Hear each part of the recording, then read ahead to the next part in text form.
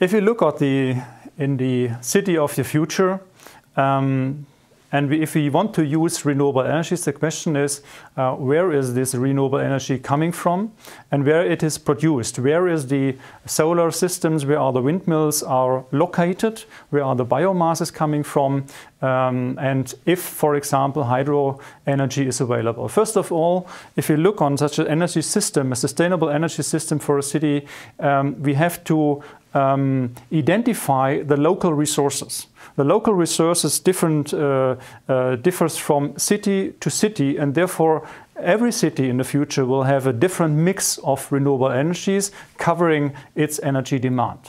But also the question is, what kind of land, what regions do you need to cover a city's demand, or is it necessary, is it a right target to ask, or is it an important target to produce as much as possible renewable energy on site within the city or within the region? We believe that it makes sense, and it is an important target first to use the resources on site.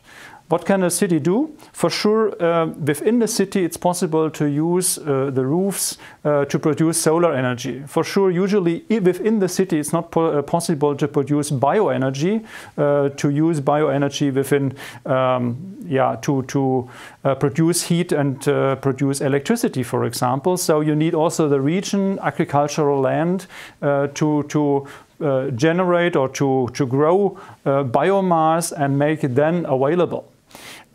Also, wind energy is not available within the city. You need the hills and the region around to build up the wind power plants.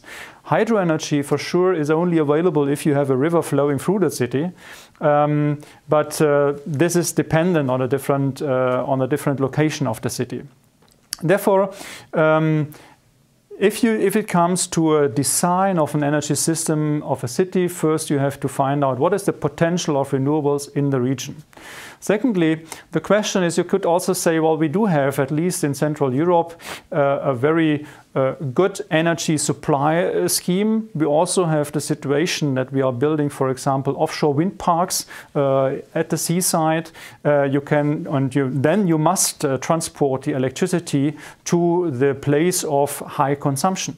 So therefore it is not principally necessary to produce as much as possible renewable energy on site within the city or the region, but it is, for example, it is helpful to do that.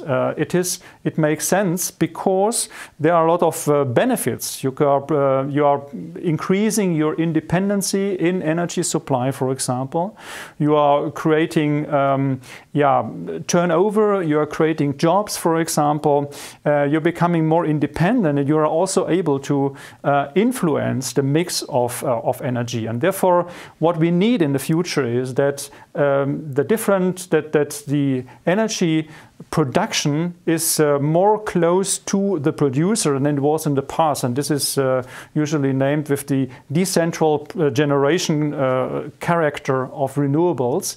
And this means that also in the city, the first step is to find out the potential of renewables and build up as much as possible renewable on-site.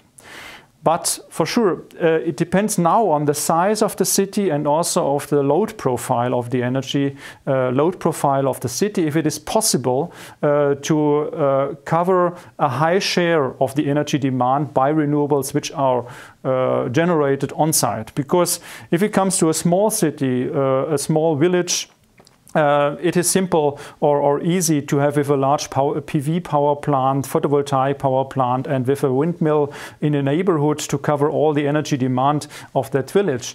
But if it comes to a medium-sized city or a mega city, then it is not possible to cover this the very high demand of such a city with renewables produced in the city or in the region around. So we have the challenge to produce as much as possible on-site, but also connect such cities with a high density of population, with high density of industry, with high density of buildings, to connect that cities to to the wider network, to the grid, and use also, for example, offshore wind farms to supply and guarantee a high security of supply of the city with renewables.